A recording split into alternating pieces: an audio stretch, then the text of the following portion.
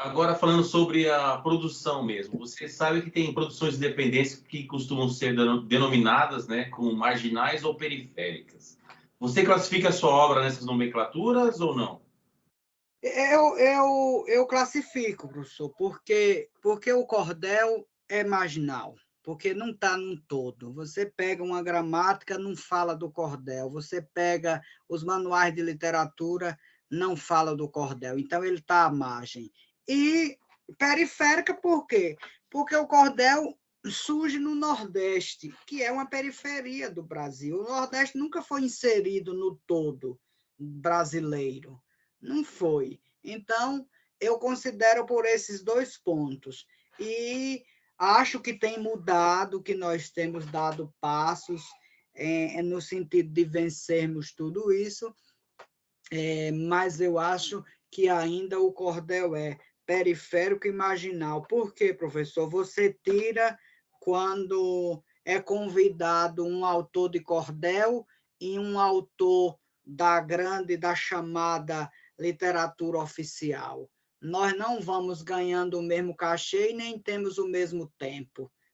E se tiver de cortar o tempo de um dos dois, será cortado do cordelista, e não eu já fui vítima disso, por isso estou falando, pelas duas coisas. Nem fui ganhando o mesmo e teve que cortar tempo, e o tempo cortado foi o meu. E outros colegas já passaram o mesmo. Então, por essa razão, a gente é ainda periférico e marginal. Agora, estamos dando passos, ainda bem, no sentido de superarmos isso. O cordel, em 2018, foi tombado como patrimônio cultural e imaterial do Brasil, é agora um patrimônio do Brasil. Isso não muda em quase nada a vida de nós autores. A minha não sofreu nenhuma mudança por conta disso.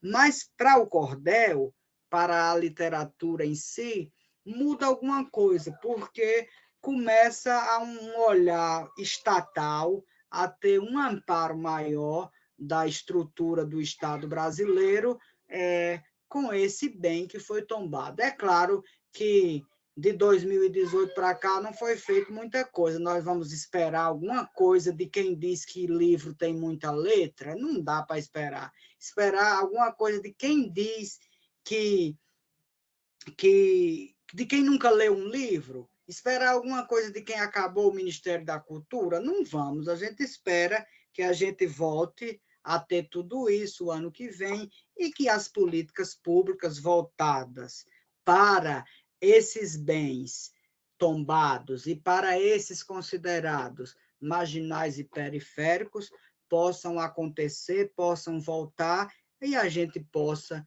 realmente ter a possibilidade de viver com maior facilidade, que é o que todo trabalhador da cultura merece. E como essas denominações que você, do seu ponto de vista, né, como elas atuam sobre as obras e sobre o mercado? Olha, no mercado, ela tende a fazer um efeito positivo, que nós, por enquanto, é aceitável, já que não tem, já que, olha, tem literatura que para entrar nos editais, se você não se assumir como periférico e marginal, você não entra, porque tem editais voltados. Ainda bem que tem, porque antes não tinha nada, e o que tem ainda é pouquinho. Então, é por isso que tem que ter. Agora, acho indigno se uma pessoa publicamente não assume isso, mas na hora de escrever diz que é periférico e marginal. Aí, para mim, há uma hipocrisia. Quer dizer, não se assume, eu assumo que o cordel é periférico e marginal aqui em qualquer lugar. Então, é justo que se eu for concorrer a um edital, que eu diga que a minha literatura é periférica e marginal. Agora, se eu não digo aqui a vocês, como é que amanhã, para ter direito a concorrer àquele edital, eu vá dizer? Aí é uma indignidade que eu espero que ninguém cometa. Mas enquanto a gente não chega ao todo, enquanto a gente não for equiparado, aí eu comparo igual a cota. Tem que ter mesmo. Se não está todo mundo em pé de igualdade, então tem que ter a mão do Estado que traga e que me eleve se eu não cheguei sozinho, se não me deram a condição. Então, o Estado tem que me amparar. Aí, quando um dia for investido, não tiver mais, a gente sentir que já superamos, que o cordel não é mais periférico, não é mais marginal, não precisará recorrer a nenhum desses subterfúgios, mas enquanto não houver, é preciso que exista. Para trazer, o Estado tem que ser essa mão que ampara. Esse negócio de Estado mínimo, só defende Estado mínimo quem tem o máximo. Aí defende Estado mínimo direitinho, como a gente viu aí no último debate, um candidato milionário falando de vender até o Palácio do Planalto, que eu acho que ele vai vender até a mãe dele, se ele ganhasse para presidente. Aí tem razão de querer Estado mínimo, que é para não fiscalizar ele, que é para o Estado não dizer, não proteger ninguém da sanha do capitalismo ganhar. Mas enquanto a gente não tiver em pé de igualdade, tem que ter esse amparo, e eu não me envergonho em nenhum momento de dizer que o cordel é periférico e marginal. É porque está na periferia e porque ainda é marginalizado. Não está no todo, não está incluso no todo. Precisa ter equidade, né, Vanessa? Exatamente. Você pensa que existe uma identificação entre a condição socioeconômica do autor, a relação da natureza da literatura marginal, periférica e o público leitor? Olha, às vezes pode existir, porque o autor periférico, Damásio, ele nunca está numa condição financeira confortável, não. E quem consumirá o livro dele, a obra dele, é também gente que não está em nenhuma condição financeira confortável. Você pode ver, o livro do autor periférico não está na grande livraria, não está na Paulista. Por quê? Porque ele faz só 100 exemplares. Se ele e depois a livraria não quer o autor periférico, porque é ele mesmo, não tem, às vezes não tem nenhuma pessoa jurídica por trás. É ele que tem que fazer tudo. Então ela não quer. Aí o autor periférico não chega lá. Ele vai chegar nos que estão mais perto dele, que normalmente, se a gente equiparar, está ali no mesmo pé de igualdade, de trabalho, de ganho. A diferença é que o autor trabalha com a palavra e o outro é pedreiro ali na construção civil, o outro é encanador e que tem o bom gosto de ler. Então, é com esse povo que ele conta. Então, eu acho que há uma identificação, porque ele não faz uma quantidade. O autor periférico e independente, ele não faz 1.000 exemplares, que ele não tem condição de pagar. Não tem. Ele faz 100, aí vai vender, 10 ele dá, para ver se chega uma resenha decente. Às vezes tem a infelicidade do cabra fazer uma resenha e ao invés de falar positivamente, bota ele lá para baixo e ninguém quer mais saber do livro. Tem tudo isso. Então, ele distribui com jornalista na esperança que saia num jornal, num blog, ou num canal de televisão, ou num podcast. Então, ainda tem isso tudo. Então, ele precisa desse retorno imediato. Vamos dizer, para fazer um livro como esse aqui, tem 200 páginas, ele vai gastar hoje o quê? O autor periférico? Em média, quase R$ 3.000. De onde ele vai tirar? Então, ele precisa, às vezes... Hoje mesmo estava no podcast do Ferrez o Alessandro Buzo contando que para fazer o primeiro livro dele, se endividou totalmente. Imagine se não tivesse ele dado certo, hein? A dívida estaria até hoje, né? Então, ele investe, toma emprestado a um amigo, às vezes, e depois precisa desse retorno imediato. E aí, se ele deixa numa livraria, professores, às vezes botam lá na prateleira em pezinho fechado. Como é que a pessoa vai ver, né? Não botam assim, deitadinho, porque ele não vai deixar uma pilha de 50 que dê para fazer volume. Ele vai deixar no máximo 5, porque os outros ele vai tentar vender. Então, as pessoas que consomem minha literatura, eu percebo que a gente ali do mesmo nível socioeconômico que eu, assim, tá aí no mesmo patamar. É professores, alunos, que o pai dá o dinheiro, que nem sempre é o aluno que tem, jovens, estudantes universitários. Então, é esse povo que consome a gente, e eu sou grato que eles olham para as pessoas que também são trabalhadoras da cultura brasileira.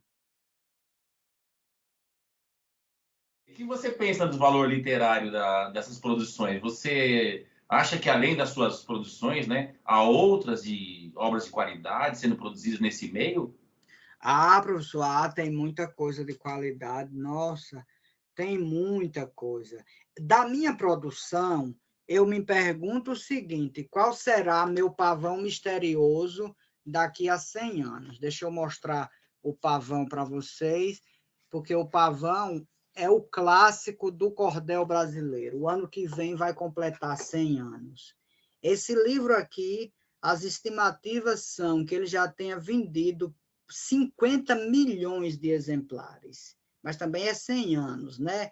Mas ainda assim, o cordel que é marginal, nesse formatinho aqui, ou naquele formatinho menor e preto e branco, e um livro ter sobrevivido a 100 anos, olhe, é uma história magnífica, tem que ser bom. O que é ruim não permaneceria. Então, da minha obra, professor, eu pergunto, qual será meu pavão daqui a 100 anos? Eu espero que eu tenha meu pavão. Eu ainda não sei, mas eu espero que fique e que os leitores futuramente, pelo menos uma obra da minha, se salve. Então, da minha eu pergunto isso. Dos outros amigos que escrevem, eu leio tudo. Leio de cordel, leio conto, leio... Essa semana mesmo passada, eu li um livro de crônicas de um professor lá do interior da Bahia, do professor Oswaldo Júnior, um livro maravilhoso de crônicas, que eu fiquei encantado, impactado. Então, tem muita gente fazendo muita coisa boa. As mulheres no cordel, professor, as mulheres estão arrasando, chegaram mesmo para ficar, porque o que foi difícil para elas no começo, agora elas estão dando show de bola, com temas importantes, engajadas, dominando as técnicas do cordel, porque todos nós sabemos que o cordel tem uma série de regras que é preciso ser obedecidas, e as mulheres chegaram para ficar combatendo o machismo. O ano passado teve um movimento nacional de cordel sem machismo, porque a onda machista é grande, claro, um gênero literário, como a maioria dos gêneros literários, só homem escreve, homem é a maioria em tudo, era. A primeira mulher, Maria das Neves Pimentel, filha do poeta Francisco das Chagas Batista, era poeta, e ela, para publicar seu primeiro cordel, o machismo era tão grande que ela não se sentiu à vontade de assinar como ela, filha de um homem que é um dos fundadores do cordel brasileiro, junto com Leandro Gomes de Barros, ela assinou o nome do marido. Você imagine, professor? É um caso esplendoroso que precisa ser estudado cada vez mais e vem sendo trazido à tona pelas mulheres. Então, essas mulheres estão chegando, e aí aqui em São Paulo nós temos Cleusa Santo, Edi Maria, Lucineide, Graziela Barduco, Benedita de Lazari, só para citar algumas. E tem se produzido muita coisa boa. Agora, professor, quando a coisa também fica muito grande, aqui acolá vai ter coisa ruim. Não tem música ruim? Não tem romance ruim? Por que não vai ter cordel ruim? Também tem, nesse todo você vai encontrar. Tem cordel aí que eu pego e não consigo terminar de ler. Eu digo, olha, aqui está muito aquém. Não dá, não. Mas aí eu também, às vezes, também olho se é de alguém que está começando. Se é de alguém que está começando, você tem que ter toda a compreensão, minha gente. Se a pessoa está começando, está experimentando. Não vai querer que eu, por obrigação, depois de 21 anos, que eu tenho que dominar o mínimo do cordel. Com um jovem que está começando agora e você já condenar o jovem, pelo amor de Deus, aí é falta de bom senso. Tem que olhar isso também. Ah, é o primeiro dele? Está começando? Então, a gente que já está na frente tem que abraçar, ser solidário, estender a mão. Olhem, como fizeram comigo. No meu segundo cordel, no meu terceiro cordel, eu vim para São Paulo em 2001, voltei para a Bahia, e chego lá, faço o meu terceiro cordel e vou para um evento em Recife. Chego lá, encontro o poeta José Costa Leite. Eu tinha feito um cordel sobre Jesus. Quando eu mostrei a ele a primeira estrofe, eu nunca me esqueço desse caso, era meu terceiro cordel. Eu rimava facto, paráclito e imediato, ou seja, nenhum dos três rimam. Ele leu a primeira estrofe, me chamou num canto. Meu filho, senta aqui. Ele já tinha uns 80 anos nessa época. Morreu agora, com 96. Meu filho, você está começando, é perdoável.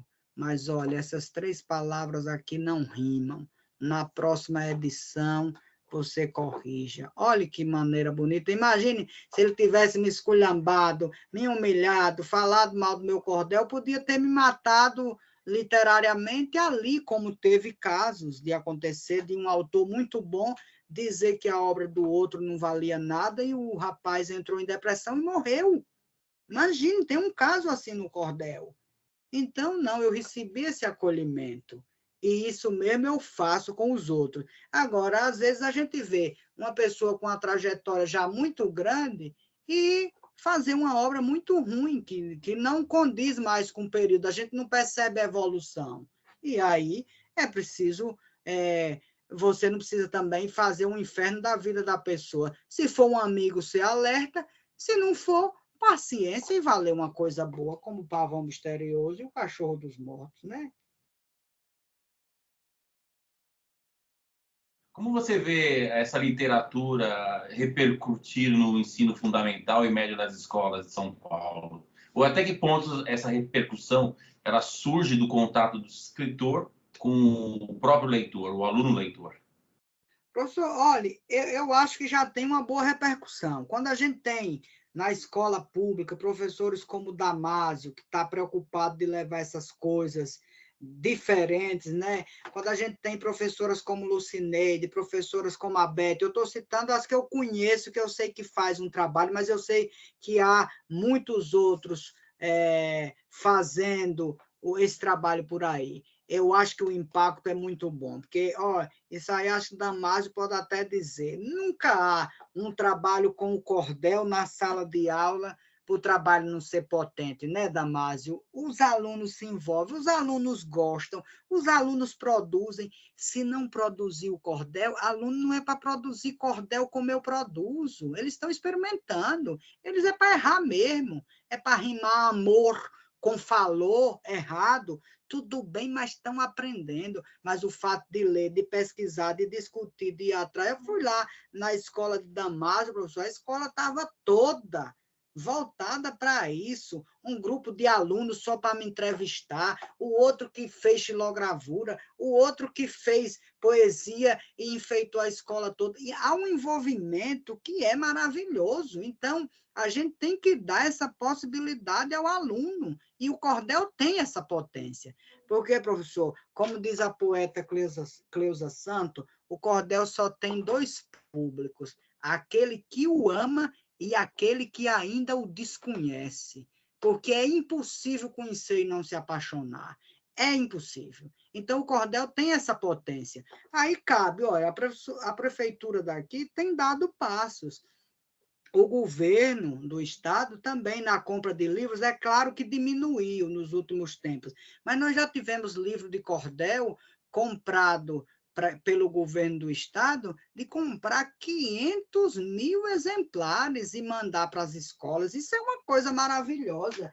Esse meu livro aqui, A Branca de Neve, quando a gente tinha governo federal, foi 30 mil exemplares para as escolas de todo o Brasil. Um dia eu estava aqui tranquilo, me liga um prefeito de Goiás. Ele chega na sala de aula, tá os alunos da cidade dele, na zona rural, lendo esse livro. Ele me conhecia, ligou na hora. Varnesi era um prefeito e padre. Ligou, se chega aqui na comunidade, na zona rural, estão lendo seu livro. Então, imagine, professor, o nosso povo quer o melhor, basta dar. E quem leva os professores que são antenados, que buscam, e o professor às vezes não faz mais porque não pode também, que é tanta coisa que o sobrecarrega, às vezes tem que comprar o livro do próprio bolso. Recentemente eu recebi um convite de uma professora para ir numa escola estadual. Ela perguntou, eu preciso ganhar, é meu trabalho. Às vezes tem a escola que não tem nada para oferecer. Eu disse, professor, olha, é meu trabalho, eu preciso pelo menos do transporte. Se eu vou e caio aí, quebro um braço, é um mês sem trabalhar, e como é que vai sem ganhar nada? E a professora disse que ela mesmo vai pagar. Você imagine, olha a situação em que os professores estão. Então, a gente vê, ao mesmo tempo, muitos esforçados e outros esforçados e que não têm a condição. Mas quem dá um jeito, quem apresenta o cordel para os alunos, é sucesso na certa. Não tem como não dar certo. O cordel não decepciona de jeito nenhum.